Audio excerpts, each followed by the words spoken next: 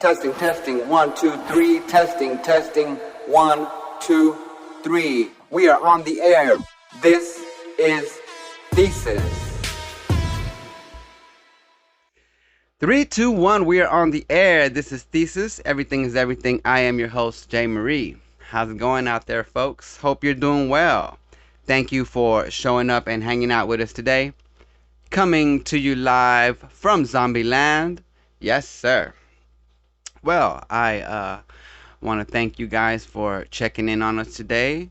I hope you find yourself healthy and safe and all of that good stuff.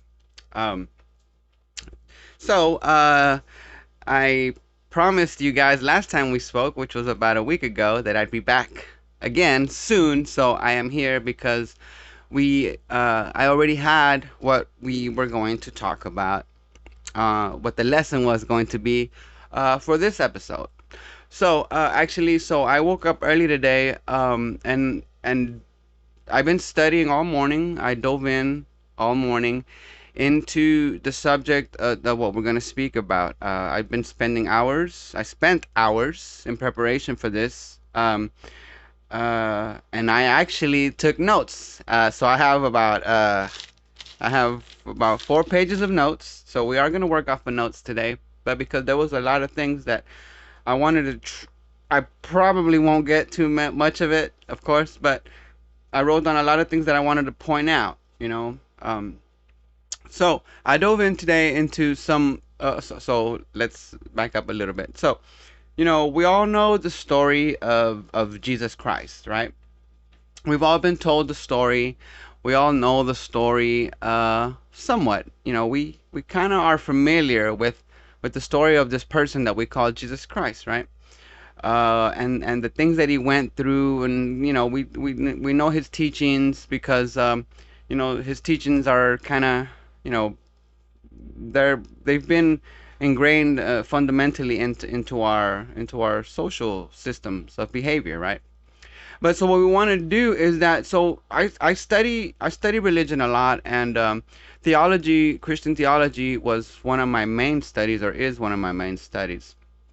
But I wanted to look at Christ, but through a certain lens. So what we like to do here at Thesis is, as we educate ourselves and as we, purify our ways of thinking, and as we empty ourselves, right, from our own, cause see, like, there's filters that we can use to look at certain things, right? For instance, we can look at the story of Christ through a religious filter, right? With God and the healing and the mystical stuff, right? He was born from a virgin, and the angels and the demons, and he went to the hell. All these different, whoa, it's mystical, right? Like, that's like a certain level. But then you can also look at the story of Jesus, let's say, like, as the human, right? The human person, Jesus. Like if we were there and we were looking at this thing happening in front of us, how would we see it? Like, for instance, as an observer of the time, right? So there's another filter, instead of the God stuff, the mystical stuff, we could see the story, let's say, in a filter of the regular man.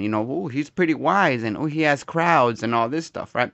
So there's filters that we can use, and then also like a historical filter, the figure of history that eventually became the basis of Western, what I'm saying? There's different filters that we can use to observe, to look at different stories, situations, whatever, images, stories throughout history, and religious stories, whatever. There's filters that we can use to look at these things, Of course, but it comes back to the training in ourselves and in our minds to be able to do that. But what we're going to do today is we're going to look at Jesus Christ, the figure, the person, but the political figure, right? So not, not the part that, the Son of God and all this, right? We might, that some of that might bleed in a little bit, but I'm gonna try to stick as much as I can away from that, where we're just focusing in more on just the general sense of this man that we know as Jesus, right?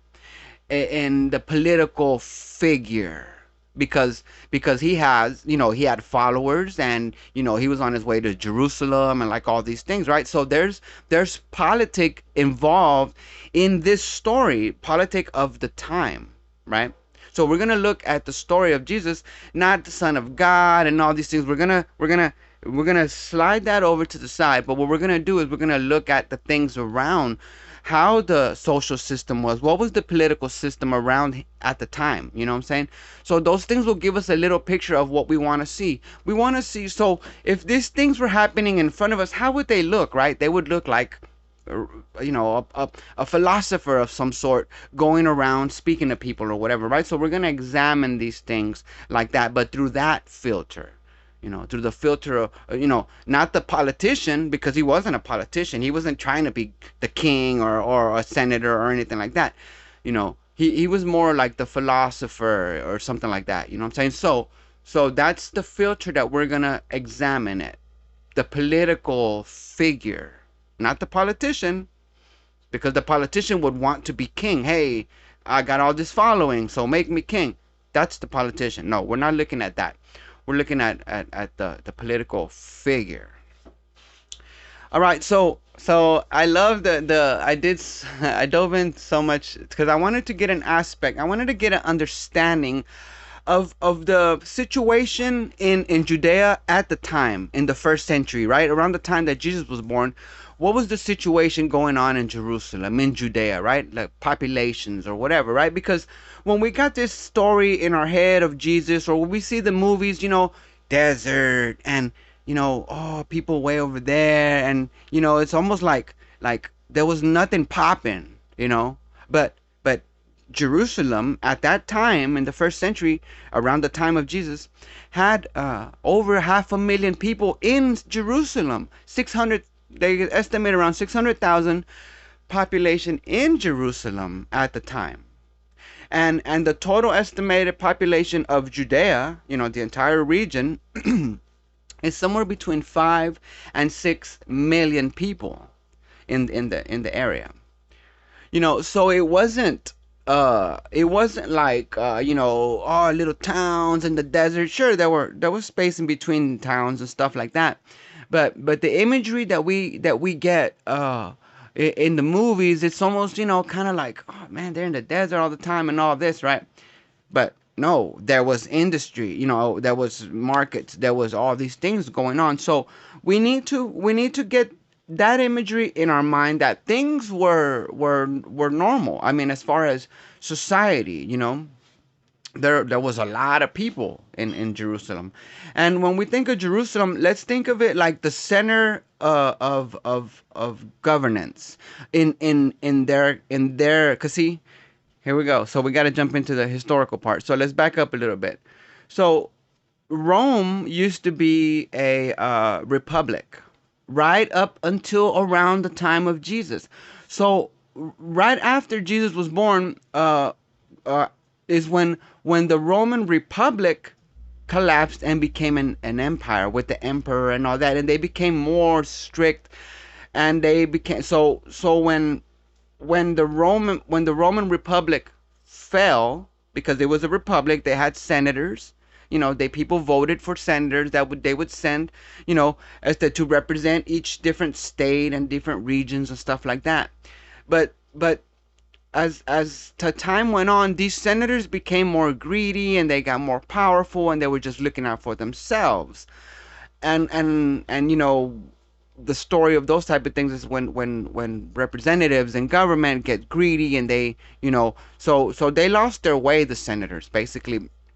And through that, Rome, the republic part of Rome, collapsed, and then strong men tried to come into power.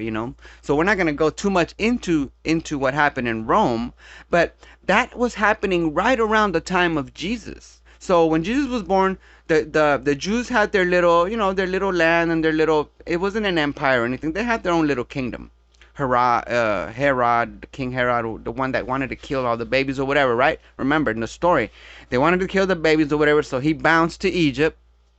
Este, and then when Herod died, he came back, whatever, right?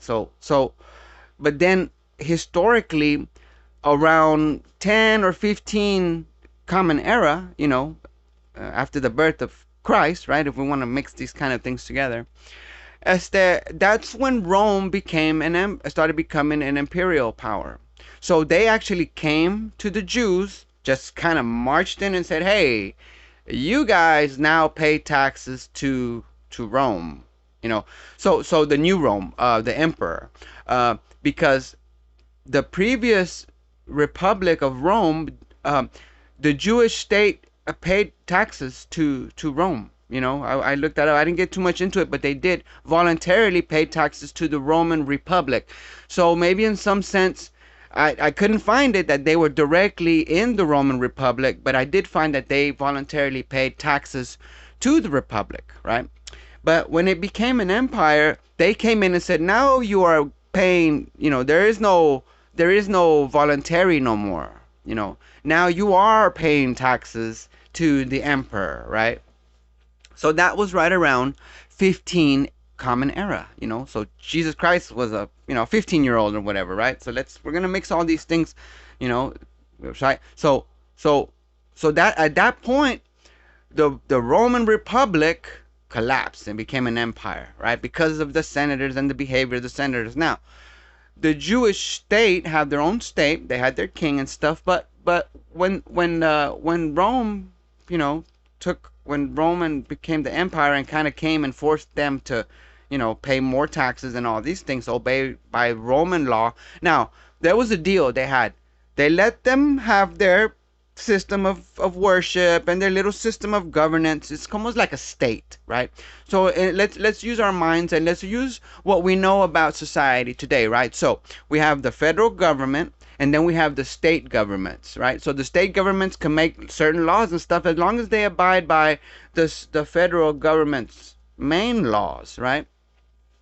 So when we think of the Roman Empire, it was like that. They went ahead and let them kind of do their thing. They had to pay high taxes and stuff like that, but they let them have their little their worship and their temples and their little governing system and stuff.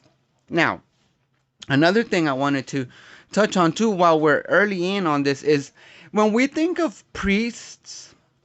When we think of so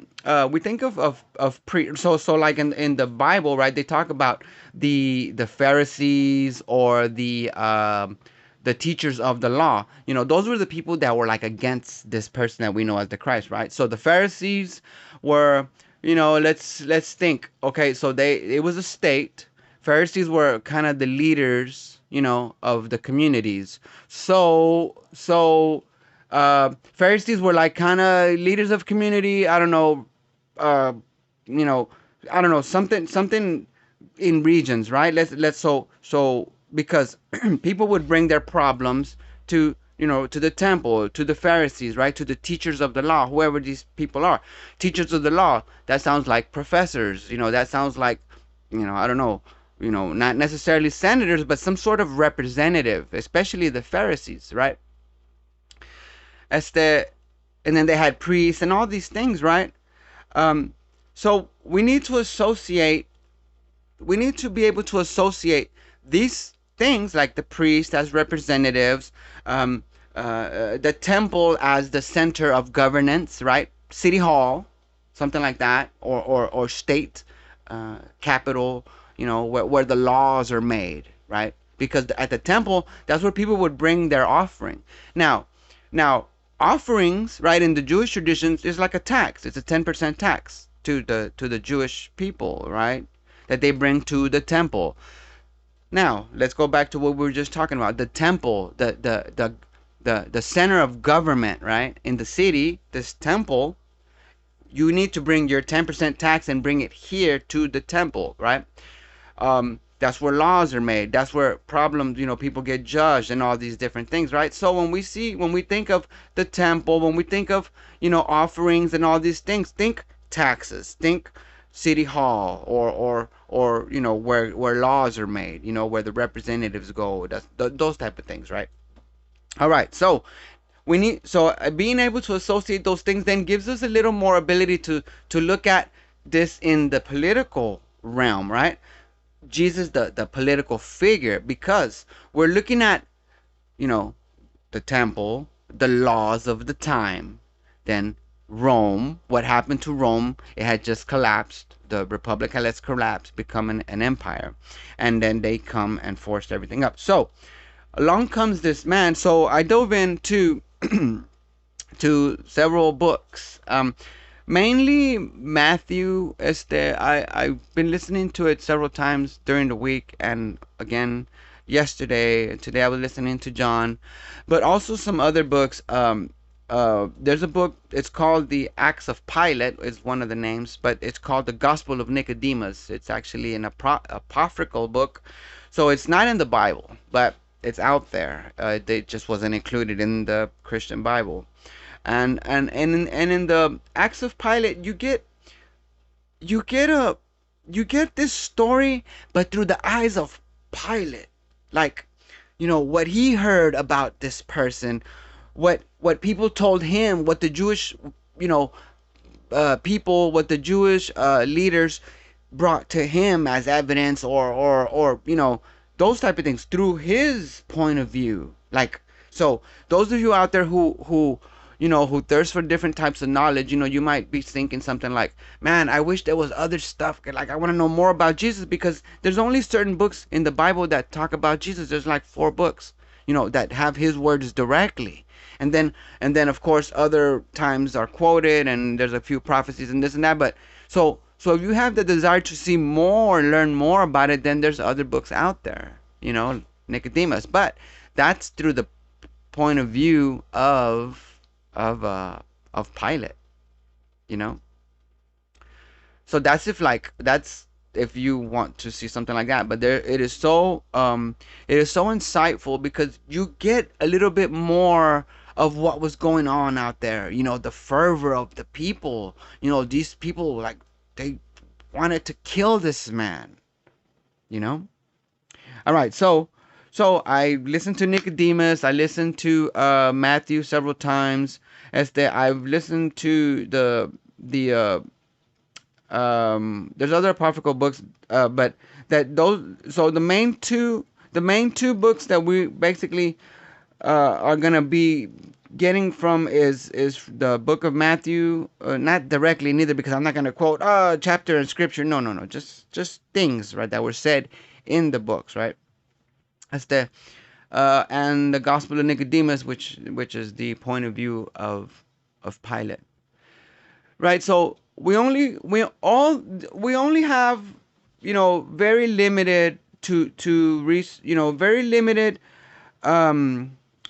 material to look to find out about this person Jesus, because now at Thesis we like going directly to the source, right? Because there's plenty of teachers, there's plenty of priests, there's plenty of pastors, there's plenty of people out there who can teach you about Jesus, right? What did Jesus say? What did Jesus do? This and that. But at Thesis, we want to go deeper. We want to dig. So first and foremost, we go to the source, and the source of his quotations of what he said are in some of these books, right? So in the book of Matthew, or where you can find his quotes of what exactly was it that he was saying, and then they also tell the story of a little bit about, not much about him, because much wasn't known about him. This guy just kind of came out on the scene all of a sudden. He was known as far as, because the people knew his dad and his they knew the story of his mom, because it was kind of a big thing back in the day. In politicals, remember, we're going to take everything away about the God part, all of that, the Son of God, all of that. But these things that they're describing that happen, assuming we're gonna go higher, that assuming that they did happen, because we're going to the source, right? So when this child was born, there was this fervor. The king Herod did send out to go kill the children. Like all of this was was written down, right? So whatever was going on there, I don't know, and we don't need to speculate about that. But even in the writing, it's just like we know about him when he was little, but then the next thing we know, he shows up. They have a little story about when he was 14 or something, and he was studying in the temple, and then next thing we know, he's an adult and he's going around talking to people, right? So this man, very wise man, was going from place to place talking to people. And it says he was healing people, right? But, outside the mystical stuff and whatever, one thing that I noticed when the work that we do out there in the community, like when I say we, but when because I do this, when I talk to like homeless people or stuff like that, and I talk to them a lot. Like I don't just hand them money like if and then go on. No, we sit and talk for a long, for a while, for a long time. Este, one of the things that I noticed over time with you showing these folks, whoever, the downtrodden or the sick or whatever, the lonely, whatever, the more you show them love, the more time they experience that, it's almost like they're being healed, like their soul is being healed. Their soul is being awakened to things because, I talk to addicts and I talk to, people who drink and stuff like that.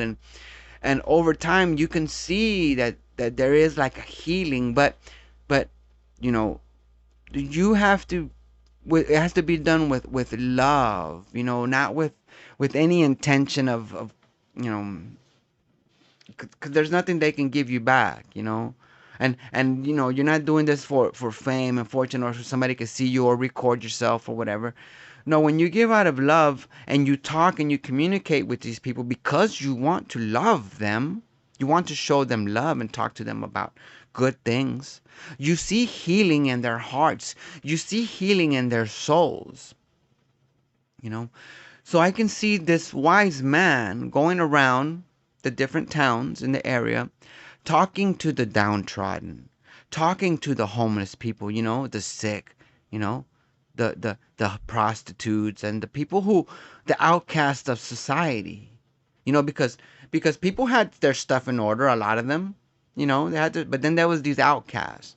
And unfortunately, society had gotten so bad that even the sick were outcast. Like the family had become so broken up that they wouldn't care for their own sick. That's why, in the stories that we read in the Bible, like there was sick people out there on the roads or whatever, and they brought them to him or whatever, right? So society was so broken that they weren't even taking care of their own sick, you know? So this man was going around talking to people, showing them love, but not only that, planting seeds of goodness in them, right? So outside of the God part, right? Subtract the God and the mystical and the religious part. He was telling them, do good, right? The woman that they brought to him because they say she was cheating. They caught her cheating. They didn't say, they actually caught her in the act of cheating. And they said, our laws say that we can stone her. What do you say? And he says, well, whichever one of you has never, ever, ever done anything, sin is bad choices. So another thing that we want to look at too. So when we think of the word sin, outside of religion and all that, sin, let's just substitute it for bad choices, mistakes, errors. Not errors. You didn't take a wrong turn. You chose to do wrong. So bad choices, right? So this woman that they caught cheating, she chose to do wrong, and they brought her to Jesus as a test, right? And he says, well, whichever one of you, has never ever done anything, throw the first stone. Go ahead. And they all understood. And then he told her, you're forgiven, right? Outside of the God part and all that, you're forgiven. But he says, go and sin no more, which we're going to translate to go and don't mess up no more. Go and make good choices in life. Go and don't do what you are doing anymore. Because sleeping with a married person, that's a bad thing for you, for the family, for society, for all these things. That's bad. Right? Not because God said so, not because the laws of Moses said so, because it's a bad thing. It's a bad thing. You know, infidelity in the family is a bad thing, right? So society can see that and say that and be like, okay, cool. So when we think of sin again, we're saying bad choices. Like, don't do bad choices no more. Okay. So this man was going around towns, different towns, talking to different people, but mostly the downtrodden, the sick, the homeless, the drunkards, on the roads and in the town, those are the people he talked to the most. And as he showed them so much love, he showed them so much compassion, you know, in the way he spoke to them, in the way he showed that they are someone, you know, as that they people can feel alone. I have a guy that I talk to every single day. He's a homeless person. But he says a lot that he feels alone, of course, because there's not a place to go to. There's not a place to go home to. There's not a family unit. There's these things that are missing, you know. But this man, Jesus, went around showing compassion to them. And not only that, teaching them about good things, right? Not religious stuff. We're looking at this in the filter of normal, regular, societal, what is it called? Not religion, but uh, like right now, right? Outside of mystical and all that. He was going around telling people, do good, be good, stop making bad choices. If you're a drunkard, stop drinking. If you're a stealer, stop stealing. You know what I'm saying? If you're sleeping around with married men, he's telling them, stop doing these things. Society was so bad, society was so corrupt, that when people heard these things, they were amazed. They were like, wow, how could it be that this person can speak with such authority? That's how lost the society was at that time. Because, things that we would deem common sense, don't cheat on your wife, don't steal, that's common sense. But a lost society, a lost people will, see that as, wow, some sort of, mystical revelation of some sort. That is how lost society can get. When we when we push away things that do us good, this man Jesus says, hey, do good. That's probably better if you do good every day. Like, don't mess up anymore, he says, but practice. But then there's people out there who kind of already have their things in order, these fishermen and all that, and they were interested in what he said. So in the books it tells us they followed him, right? And it's like, follow me, yes, and you drop everything and follow. Easy. Okay, you follow people on Facebook, you follow people on YouTube, you follow people, their lectures, those type of things, right? So when we think of these people who were Jesus's followers, same thing. But these were people who were really interested in what he was saying, that they wanted to become students of him, right? So that's why they were constantly with him, because they became his students because of their desire to learn more, right? They're called disciples. Okay, so when we think of disciple, you think of follower. No, disciple is discipline, right? Like a student. But the disciple is, I want to behave, this teacher that teaches me these things about behaving a certain way, a proper way, I want to be that I want to study that. I want to practice that. That's going to be my discipline. What this person here is speaking about not doing bad things anymore, about helping each other, about loving each other. Man, I want to do that, right? So there was a certain amount of men, 12 of them or 9 of them, doesn't matter, that followed, that just said, you know what, this dude is legit. I'm gonna follow him because I love what he's saying, right? So they become, they're going to where he goes and these things, right? And they're learning because they're there listening to his sermons. They're there listening to the people that he talks to. They are there when he goes and speaks to, so when we think of Pharisees and the teachers of the law, let's think government officials, right? Because the state, the Jewish state, the Roman Empire, but Jewish state was, officials, government officials were out here, because they would eventually. So let's back up a little bit.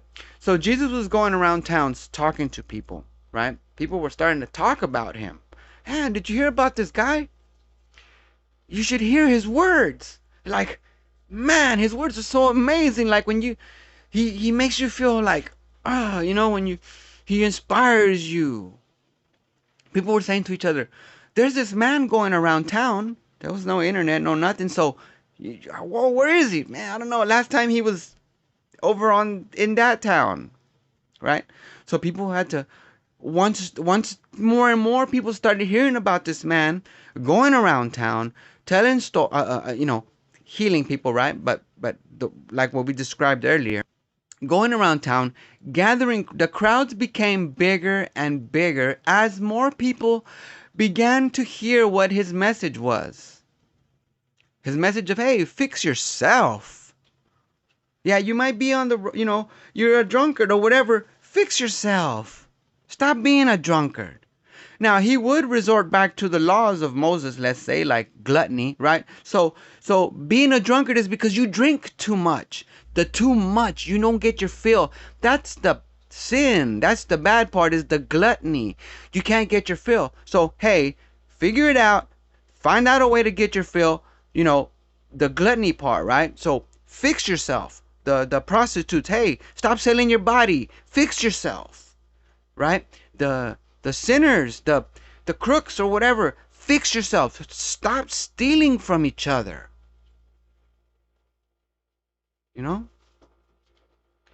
Going from town to town, telling people, this is what we should do. And with love and kindness, not with authority, because this man had no authority. He was a wanderer, He didn't have a home where he went and laid his house. He went from town to town. His mission was, let me change my society, right? My Jewish community, we need change, he says. He looks around and he says, man, we need some change. Well, you know what? I'm going to do my part. So I'm going to go out there and I'm going to begin to talk to people. And he was well educated. He was, I don't know when he went to maybe when he went to Egypt as a young, he was taught in the ways of Greek, Greek philosophy, because even in the Roman Republic, they had philosophers too, Cicero, and all that, and we'll get to Cicero and all that, but they had philosophers too. So Jesus was well versed in philosophy, well versed not only in the Jewish scriptures, the writings of the Jews, but also, it seems like, in the writings of not only the Greeks, because as you learn more about different religions, you will see that Jesus was also well versed in the writings or the methods of the Buddha, the methods of what those, that's way, but he was well versed. We'll just slide that aside, but he was well versed in the Greek philosophy and very well versed in all of the writings of the Jews, because they would constantly question him, about the law. They would constantly question him about, the writings, right? And he knew them very well, but he knew other things also that the Jews didn't know, other ways of thinking.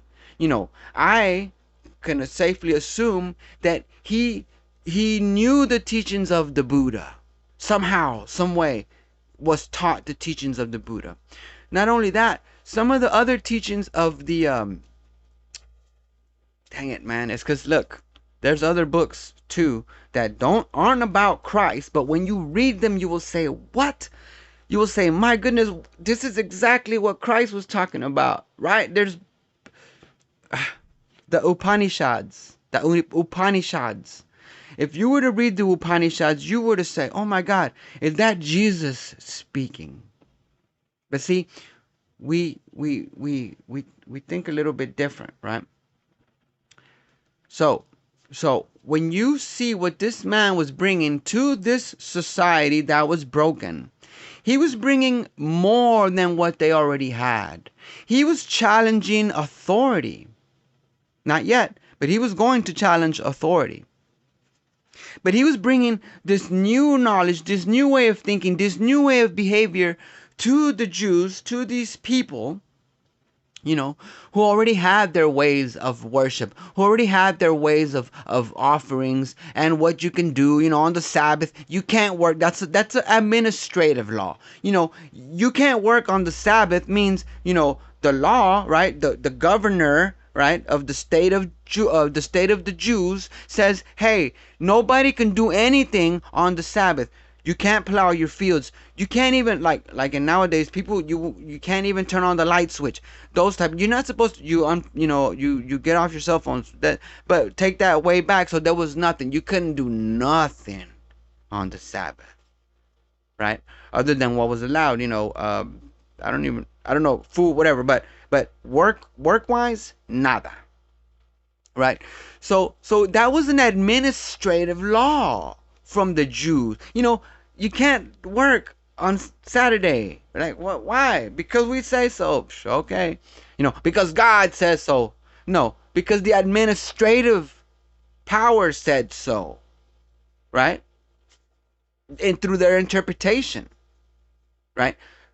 The Sabbath, right? That was a recommendation from God, right? Hey, take a day off. Once a week, take at least one day off a week. Don't work yourself to death. That's what the Sabbath is all about.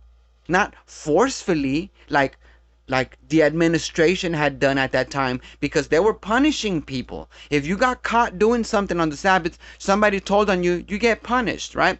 So this man, Jesus, was going around, healing people on the Sabbath, on the days when you ain't even supposed to do nothing. You ain't even supposed to be walking around, talking and gathering and all. I mean, probably to a certain point, but work-wise, you know what I'm saying? They were angry because he was doing things on the day that nobody was supposed to do things. Nah, hold him up. We said y'all can't do nothing on this day. And who is this guy disobeying us that y'all ain't supposed to do nothing? Who is he? Well, he's Jew. He's a Jew. He's one of us. He's a citizen of the Jewish state. He's one of us. What is he challenging? He's challenging the authority of the administrative state of the Jews. Right? Because he knows the law. He knows the law of Moses. And he sees what's going on, and he's like, man, look at this. But he starts with the people first. He starts out in the community. He starts out there in the community talking to the people first, because that's where it all begins. On an individual level, talking to each and every one of, out there, bringing his words of wisdom, his teachings out there to the people. And those that decided to follow him, right, his apostles or whatever, they were like his students, but then they were going to become the teachers. So I can already assume, maybe they were together most of the time, but other times they probably separated and came back. They were becoming the teachers also, the apostles, right? The people who followed him, because they were listening to all of his teachings and all of that, right? So he's starting to tell the people, hold on, you give to God, right? Nature, you give to Mother Earth, you give to God, you give to the Spirit, you give to that what belongs to that by, being good, by doing what's right to each other, by taking care of each other. That's the offering that he says that we should give, right? Not to the temple. Yeah, you can bring your taxes, you can bring your whatever to the temple, but that's not what it's about. He was saying first and foremost to the people, You give to God from yourself. Give to God, right? Give to earth, give to nature, give to life, give to being, give to existence what it deserves. The best of you, the best of yourself, he was telling people. Stop being a drunkard, stop being a prostitute, stop being these things that are messing up society. We all look around and we see society. He says, look at society. We are the problem. You are the problem. Change yourself. He was telling people one at a time, you know, because society had become so corrupt that so when he went to the temple and he saw people were selling stuff and whatever, think about it. Think about it. This is where laws are made, right? When we think of governance and whatever, there's people who represent your district or whatever. They all come and they say, okay, we're gonna make law or whatever. But they had a different way of doing things. But the temple was City Hall. He goes to City Hall one day and he sees people selling things. There's like a market. And the thing that we gotta understand is they had to, right? So the taxes was bring the best of your crop, right? The 10%, the first of your crops, or the sacrifice one of your baby goats or whatever. You bring that to the temple and you offer it to the government, right? It's like a tax. As that, but what Jesus saw was when he went to to the temple, people were selling doves. You're supposed to bring your dove, right? It's a sacrifice. This is my dove from my birdhouse. This is my chicken from my chicken pen that I'm bringing, giving it as a tax for the city to use, for it to feed the homeless, for it to feed the people in the city, whatever, right? This is my tax. This is this is what that's what a sacrifice is supposed to be. Not the part that you kill the animal, the part that you give from yourself, right? If I bring an offering from my chicken coop, if I bring an offering from my hen house, from my animals, that's a sacrifice. I'm giving up that cow could be a lot of meat when it grows up. That sheep can be a lot of, wool, meat, milk, whatever, all these things. I'm sacrificing that. I'm giving it to the temple as an offering, as a tax, right? That's what it was supposed to be. That's what a sacrifice is. It's supposed to hurt you. It's supposed to hurt you. But when he went to the temple, he saw people were selling doves. Here, for the sacrifice. All right, I walk in. I don't even got to give my stuff. I buy a dove for $5, whatever. Take it to the thing. And the Pharisees were seeing this. The teachers of the law were seeing these. They were all participating in this. It's a degeneration of what the law is supposed to be. Even though this is a tax or whatever, this is supposed to come from you, from your shep, because they were the ones that, we're sticking to the law, right? Their law, whatever it was, the administrative law. Well, look what it's become. It's not even coming from the people's own, hen houses or storehouses anymore. They're just coming here and buying and making an offering. And you, the people who run, the people who are in the temple, the priests, the Pharisees, the teachers of the law, all of you are sitting here watching this and accepting this. Instead of telling the people, hey, hold them up. This stuff is supposed to come from your hard work, from your farm, from your storehouse. So that's why this person, the Christ, the political figure, when he went to the downtown, when he went to the city hall and he saw this thing, that's why he started flipping stuff over. He's like, what the heck? What the heck is going on here? And of course, you humiliated the Pharisees. You've humiliated those that are in power, those who were in who were running the temple. Those who you've humiliated them because you pointed out their hypocrisy to them. And that's where it all starts. So now we start looking at the political thing. They were the ones in power. They were the political power. The Pharisees, the Jewish, whatever. You remember, administrative law, right? And they didn't like Christ because of what he was teaching. He was going against everything. But their strong-handedness, when he was telling people, because they would say something like, you can't eat certain things. And he says, philosophically, right? Because this is where I think that Jesus was very, very wise. But this is when the words, are just speak to you. the law was, there was certain things you can't eat, and Jesus says, man, it's not what goes in your mouth that defiles you, it's what comes out of your mouth that's going to defile you. He was telling the people that. So basically it's like, you can eat pork, you can eat shrimp, you can eat fish, you can eat scaled stuff or clam stuff, it doesn't matter. What you gotta look out for is what you say, what comes out of your mouth. He was telling the people this, which basically shows in the face of that shows hypocrisy to the leaders, to the rulers of the society, to the rulers of the community, to those who, the teachers of the law, to the Pharisees, those who run the temple. He was saying, look at the hypocrisy in what you say. You say to act one way, but look, when it's before you, you act a different way. So he started with the people first out there. And his words were just so meaningful, were just so on point, were just so logical, reasoning, so wise that the people saw it right away. So when in the books when I was reading, and I hear they quote him as saying, when one of his followers would say, oh, you're the son of God or whatever, right? He would say, I didn't tell you this, but your own heart told you this, right? So outside of the God part and the mystical part and all that, when people hear these words, their heart tells them, yes, those words are correct. Why? Because the law is written in our hearts. The law is written in our hearts. Scripture says it, I don't know which books or whatever, and it doesn't matter, but the law is written on our hearts. Scripture says it. The Christ said it, and he was teaching the people. That's where it starts. You, one at a time, individually, change your life, change your life, change your life. If we want our society to change, which is all messed up, we just got, taken over by the Romans, because their stuff went to heck, because their society didn't know how to act or whatever.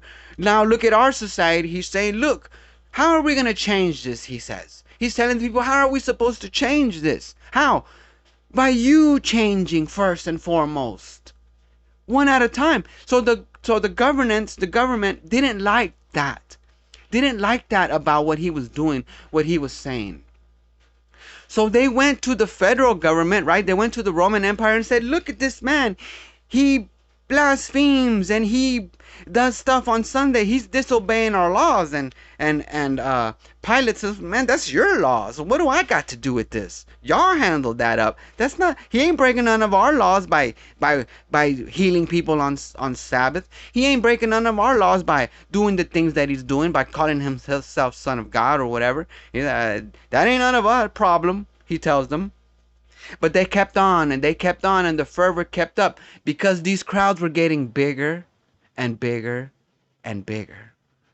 There's one where they're on a hill and there's like 5,000 people, and that's just one sermon. That's just one lecture. Think in your mind of any, wise lecturers of the time, of the modern time, that maybe came out of nowhere, where all of a sudden, oh my goodness, and then you just see, like, we'll say popular, but they're popular because of the words that they speak are so true, and millions of followers on YouTube, on Facebook, on Twitter, and then he writes books, and then he does lectures and all these things, right? There's people out there like that. I don't have to name drop, but there's people out there like that. So let's take that experience and go back to time, right? They see this man, he has these giant crowds, and the crowds want him to be their king. We need you, we want you to be our king, because this system is all corrupt, right? We need someone like you to be our king. You're so wise, you're so compassionate. The people, thousands and thousands and thousands, if not hundreds of thousands of people were behind him saying, we want you to be our king. Basically saying, we want you to be our leader, our president, right? We'll vote for you, right? Thousands and hundreds of thousands. So the people in charge, the powers that be saw this, and they saw that what the words that he was speaking were so true that they had to figure out a way to get rid of this man. And they took lies to the government above them. They took lies to them. They tried to portray him as something evil, when even Pilate says this man is innocent. I see nothing wrong with anything. He spoke with Jesus over and over. He spoke with the accusers. He When you look at, when you please go out and listen or read the Gospel of Nicodemus, there's more in there. He spoke to Jesus and he says, you've done nothing wrong. And he told the Jewish people, this man has done nothing wrong. What are y'all bringing him to me for? You take care of it. But they kept pushing, they kept pushing, they kept pushing. So when he finally said, he washed his hands, he said, I hand them over to you. Y'all do as you will. You know? And in so being, he washed his hands and he gave them what they wanted, which was for him to be crucified, to be killed. This man, never mind the, right? This man who was going around town talking to people about changing their lives, about being good to each other, about loving each other. This man who went around to different towns, to different people, telling them, be good to each other, change your ways for the betterment of all of us. This man that did that, the powers that be didn't like that, and they wanted him dead. And they succeeded in getting their way, but they couldn't get their hands dirty. They, all along the way, they wanted to keep their hands clean. And remember, it's not about Jews and Christ and Christians and all this. It's about the authority and the people who were the government and all that. That's why that's why he called them hypocrites, because look at what you do, you hypocrites. And in their hypocritical nature, they wanted to keep their hands clean. Oh no, we can't kill this man. He's in it. Oh, what? So even Pilate says, oh, so you want to throw it on me? What the hell?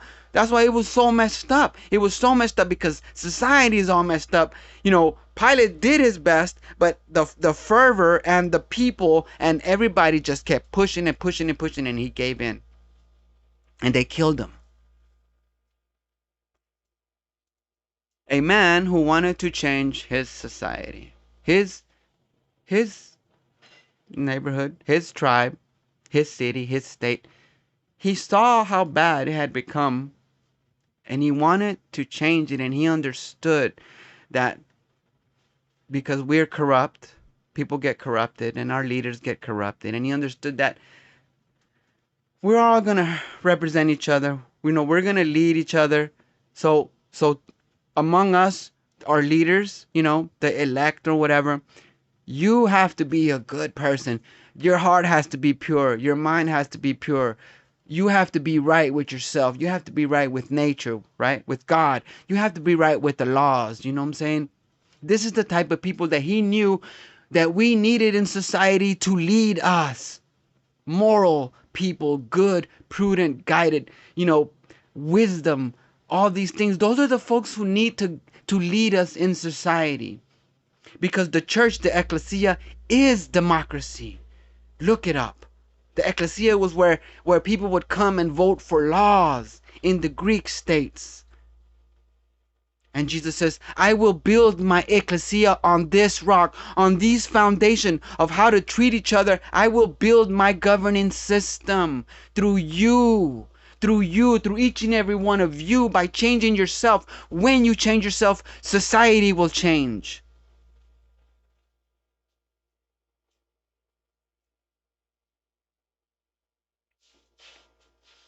That's it.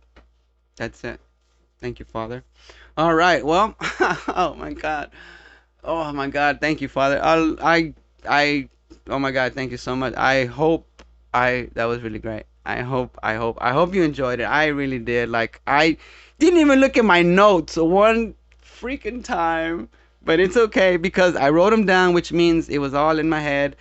And even if I didn't, I'm sure I pretty much touched on basically, you know. But I give glory to, I open myself up. I'm just a speaker. I open myself up, and this is what we got. So I want to thank you guys out there. I hope you enjoyed it as much as I did. I really did. Like, this is my jam. So if when y'all follow the show, you know this is my jam, and I'm so happy about it. All right. So I hope you enjoyed it, and if you did, please hit the subscribe button on Spotify or wherever you listen to us.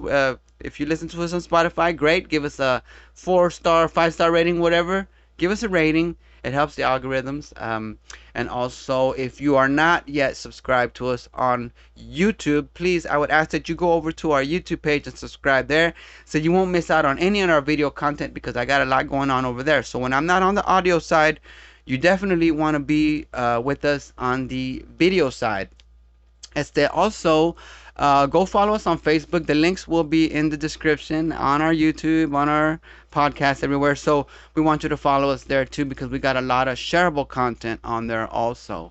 I want to thank you guys. I love coming here with you guys, and I really made an effort this weekend. I said that we're going for it. We're going for it, because I already knew we already knew what we had going on. So I was so stoked about it, and I am happy that I got a chance to be here with you guys, because I love spending this time with you, and I hope you did too.